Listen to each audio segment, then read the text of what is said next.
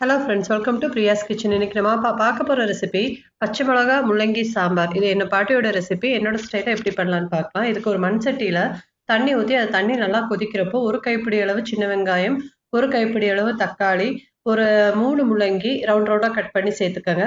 தேவையான அளவு மஞ்சள் பொடி அதையும் சேர்த்து தேவையான அளவு உப்பு சேர்த்து கலந்து விட்டு மூடி போட்டு நல்லா வேக விட்டுடுங்க. இது வந்து மூடி போட்டு நல்லா வெந்துட்டு இருக்கட்டும். அதுக்குள்ள வந்து இதுக்கு பருப்பு வந்து நம்ம வேக வச்சு எடுத்துக்கலாம். பருப்பு வந்து இதுல நான் ஒரு 200 கிராம் அளவு பருப்பு வந்து கழுவிட்டு ஊற போட்டிருந்தேன். இதை வந்து குக்கர்ல சேர்த்து இது தேவையான அளவு தண்ணி சேர்த்துக்கங்க. சேர்த்துட்டு கொஞ்சமா வந்து மஞ்சள் பொடி, அப்புறம் விளக்கெண்ணெய் அதையும் சேர்த்துக்கங்க. சேர்த்துட்டு நம்ம காரத்துக்கு வந்து இங்க சாம்பார் பொடியோ வேற வரமிளகா, மல்லித்தூள் எதுவுமே சேர்த்த போறது ஃபுல் அண்ட் ஃபுல் பச்சை மிளகா காரம் தான் சேர்த்த போறோம். ஸோ வந்து பச்சை மிளகா வந்து ஒரு உங்களுக்கு எவ்வளோ தேவையோ அவ்வளோ சேர்த்துக்கோங்க. நான் ஒரு 5 பச்சை மிளகா சேர்த்துருக்கேன். கொஞ்சம் சீரகமும் சேர்த்து மூடி போட்டு நல்லா வந்து ஒரு 3, 4 விசில் விட்டிங்கன்னா நல்லா குழஞ்சி வெந்துடும். இப்போ வந்து இது ஒரு 4, 5 விசில் வந்துருச்சு. வந்ததுக்கப்புறம் நீங்கள் விசில் அடங்கினதுக்கப்புறம் ஓப்பன் பண்ணிட்டு அந்த பச்சை மிளகாவும் பருப்பையும் வந்து நல்லா வந்து கடைஞ்சிக்கோங்க.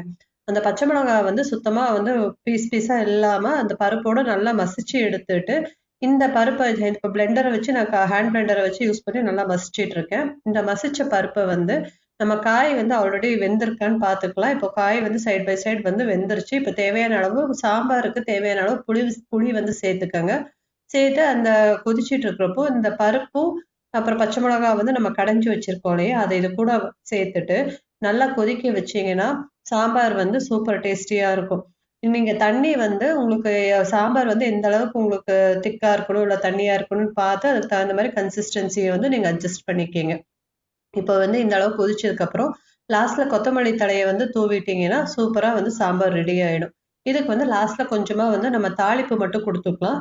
ஒரு கேஸ்டைன் கடாயில கொஞ்சமா வந்து எண்ணெயை ஊத்திட்டு கடுகு, உளுத்தம்பருப்பு, அப்புறம் கொஞ்சமா வந்து சீரகம் இது எல்லாத்தையும் சேர்த்துக்கிறேன். இது நல்லா பொரிஞ்சு வந்ததும் கொஞ்சமா பெருங்காயத்தூள் அதையும் சேர்த்துட்டு 2 வரமிளகா, கொஞ்சம் கருவேப்பிலை இதையும் சேர்த்து நல்லா வதக்கி விட்டுட்டு இந்த